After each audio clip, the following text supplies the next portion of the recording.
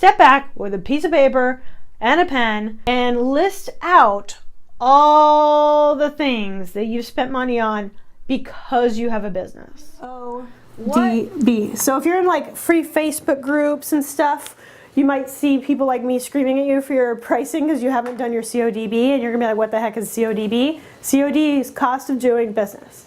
So what goes into cost of doing business?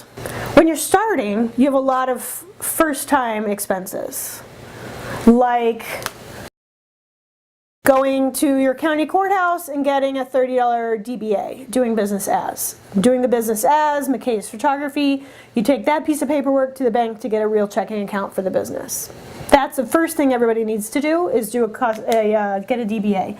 So there's things like that that you only ever have to do the first time when you're first starting. So that's easy. It's like $30 here and there. When you're building your business, it's not that big a deal, okay? So there's things like that.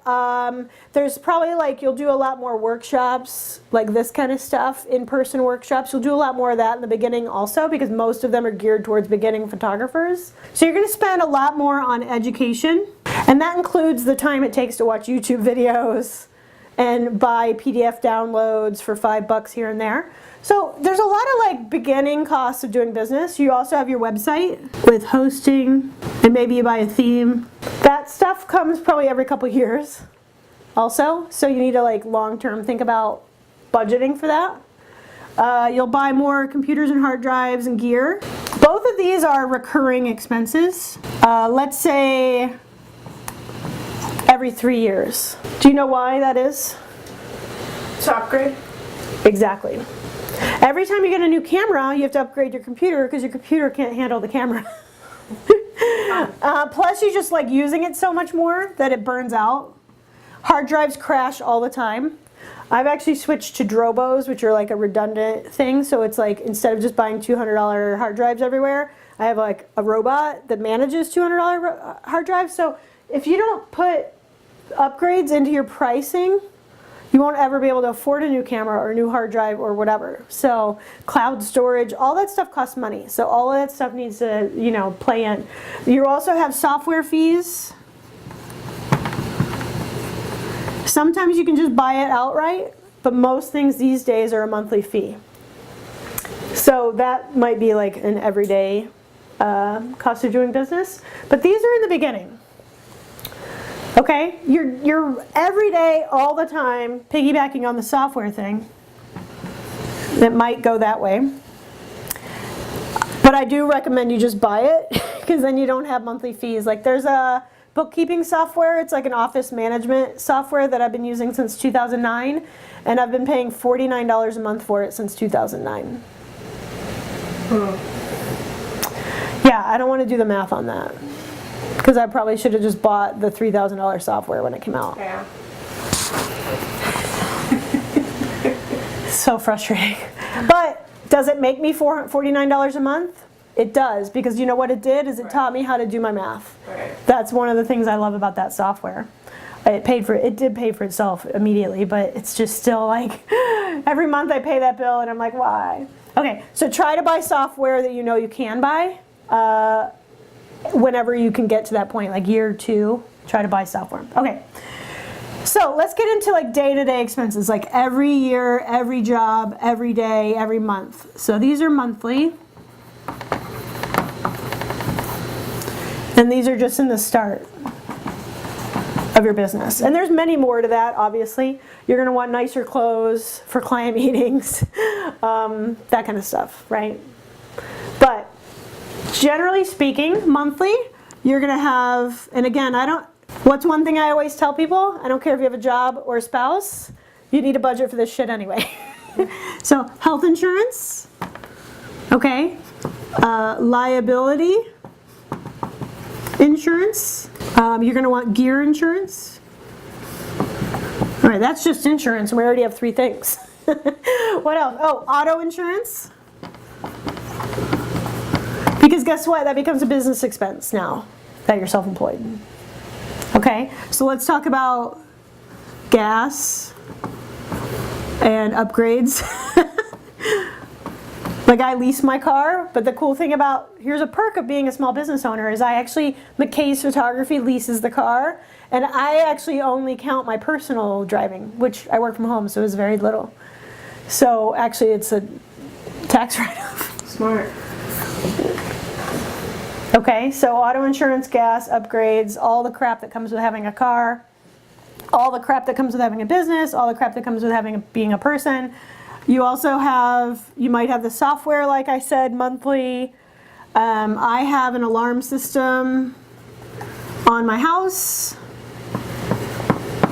And if you had a photo studio, you'd want an alarm system, so you got to pay that monthly fee. Mortgage. Yep, rent. And I'll put it as rent because then it's more about renting of a studio space. In whatever fashion that is. Maybe it's a co-working space just to get work done. Maybe it is a photo studio. Your utilities for a studio? And that includes your phone. So my cell phone is my business phone, so actually I can include that. Internet is also a utility. Advertising. And for me, I don't do a lot of like physical advertising because it doesn't pay off, but I do go out a lot drinking or whatever, and I like to go where my clients go so that I'm seen, and I actually write that off as advertising because when I go out, especially like the week between Christmas and New Year's when people are back in town visiting families, I actually run into bridesmaids and groomsmen and vendors and stuff, so I've actually put all that into my advertising budget. Same thing with like samples. That's more of a yearly expense, but it's amazing how quickly it adds up. Right? So your cost of doing business are all these things. It's your initial expenses, it's your monthly expenses, and what you really need to also think about is your long-term expenses, like upgrades and mentoring, like we're doing, right? Upgrades of computer, upgrades of hardware, upgrades of gear. And again, that will slow as you get advanced, but like I don't buy a lot of gear anymore. And there's a lot of stuff to run through here. So that's where you need to sit down and do your own math. If you're really going to sit down and really properly do the math, go ahead and just take all these numbers and then add the 15% for tax. That way you've got it covered. So if you're doing $10,000 a year or $20,000 a year in gross sales, overall sales, then take that 15% tax on it too when you're figuring out your prices. So this is one piece of the puzzle. Do you feel good with that? Yeah. Can you run your own numbers and sort of figure out like what your day-to-day, and even with this stuff, and you know what else I'd add to this? Is a vacation.